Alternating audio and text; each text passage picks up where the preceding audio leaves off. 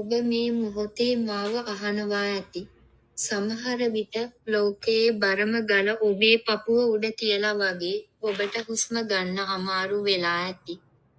වෛද්‍යවරයාගේ කාමරයේ දොර වසාගෙන එළියට එනකොට ඇහුණු ඒ එක වචනයක්. ඔබට පියයුරු පිළිකාවක්. ඒ මොහොතේ මුළු ලෝකයම එක තප්පරයකට නතර වුණා වගේ දැනෙන්න ඇති. කකුල් යටින් පස් ඉවත් වීගෙන යනවා වගේ, පපුව ඇතුලින් මොකක්දෝ දෙයක් තදින් මිරිකීගෙන යනවා වගේ දැනෙන්න ඇති. ඇස්වල කඳුළු පිරෙද්දී, "ඇයි මට, මම මොනවද කළේ වැරැද්දක්, මගේ දරුවන්ගේ අනාගතය?" කියලා එකපාරටම ප්‍රශ්න සිය ගණනක් ඔළුවට ගලාගෙන එන්න ඇති. මම දන්නවා. මම හොඳටම දන්නවා. මේ මොහොතේ ඔබේ හදවත මිරිකී තිබෙන විදිහ. මම දන්නවා ඔබේ ඇස්වලින් ගලා යන කඳුළුවල බර. ඒත් මට ටිකක් ඉඩ දෙන්න. මේ විනාඩි 10 මට දෙන්න.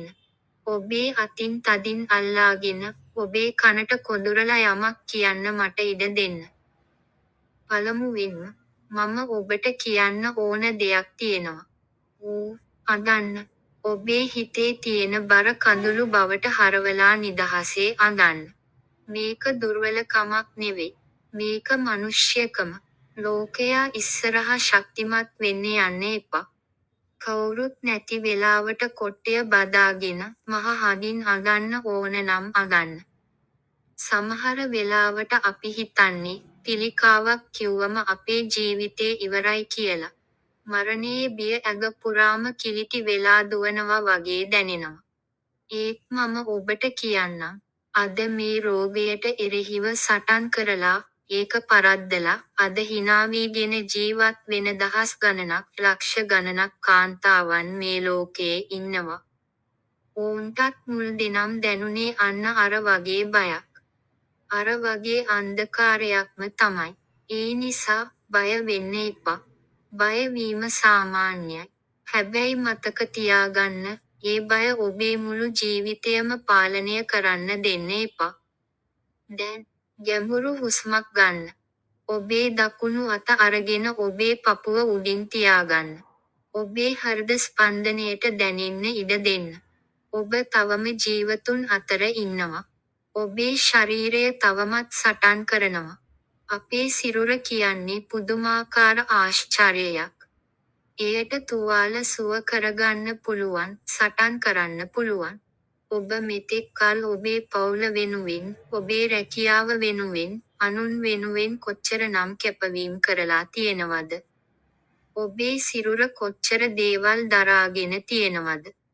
ඉතින් අද, ඔබේ සිරුරට ඔබේම උදව් අවශ්‍යයි. ඔබේ සිරුර සමග තරහ වෙන්න එපා.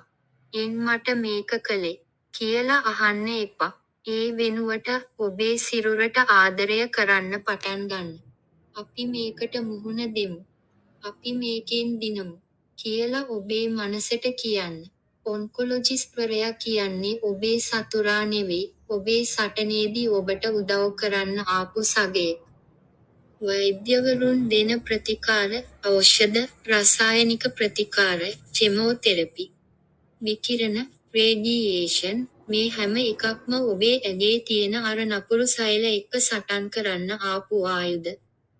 ඒවාට බය වෙන්න එපා. ඒවා තමයි ඔබේ ගැලවීම. ඔබට මතකද, ඔබ වෙනුවෙන් මේ ලෝකයේ හිනාවීගෙන බලාගෙන ඉන්න අය ඉන්නවා. ඔබේ දරුවන්ගේ ඇස්, ඔබේ සැමියාගේ, මව්පියන්ගේ, නැතහොත් ඔබට ආදරය කරන හොඳම යෙහෙළියගේ මූණ මතක් කරගන්න. ඔවුන්ට අවශ්‍ය ඔබව නැති කරගන්න නෙවෙයි. ඔවුන්ට අවශ්‍ය ඔබව, ඔබේ සිනාව. ඔබේ උණුසුම තව බොහෝ කාලයක් මේ ළඟින් තියාගන්න. ඔබ හිතනවද මේක ඔබේ ජීවිතයේ අවසානය කියලා? නැහැ. අද මේ මොහොත පටන් ගැනීමක්. අලුත් සටනක, අලුත් ජයග්‍රහණයක ආරම්භයක්. ඔබ හිසකෙස් නැති වුණත්, ශරීරයේ ටිකක් මහන්සි වුණත්, ඔබේ ආත්මය, ඔබේ අභ්‍යන්තරයේ තියෙන ඒ ගැහැණු හදවතේ ශක්තිය කිසිම දවසක අඩු වෙන්නේ නැහැ. ගැහැණු කියන්නේ මේ ලෝකයේ තියෙන දැඩිම, ශක්තිමත්ම මැවීමක්. දරුවෙක් බිහි කරනකොට මරණය පවා අභිබවා යන ශක්තියක් ගැහැණු සතුයි. ඉතින් මේ පිළිකාවට පුළුවන්ද ඔබේ ඒ දැඩි ආත්මය අභිබවා යන්න? නැහැ, කිසිම දිනක නැහැ. දැන් මේ විනාඩිය ඉවර වෙලා ඔබ ආපහු ඔබේ සාමාන්‍ය ලෝකයට යනවා. යනකොට එක පොරොන්දුවක් මට දෙන්න. ඔබ තනි නැහැ. අද සිට ඔබ තනිවම මේ බර උස්සන් යන්නේ නැහැ. වෛද්‍යවරු ඉන්නවා, පවුලේ අය ඉන්නවා, ඔබට ආදරය කරන මිනිස්සු ඉන්නවා. වඩාත්ම වැදගත් දේ. ඔබේ හිතේ අර නොනැසෙන ධෛර්යය තවමත් ඉතිරි වෙලා තියෙනවා. හෙට උදේ නැගිට්ටම කණ්ණාඩියේ ඉස්සරහට යන්න. ඔබේ ඇස් දෙක දිහා හොඳින් බලන්න. හිනාවෙන්න උත්සාහ කරන්න. පුංචි හිනාවක්. ගිහින් ඔබේ සිරුරට කියන්න. මම බය නැහැ. මම සටන් කරනවා. මම මේකෙන් දිනනවාමයි. ඔබට ජයග්‍රහණය නියතයි. ශක්තිමත්ව ඉන්න. මම ඔබ වෙනුවෙන් ප්‍රාර්ථනා කරනවා.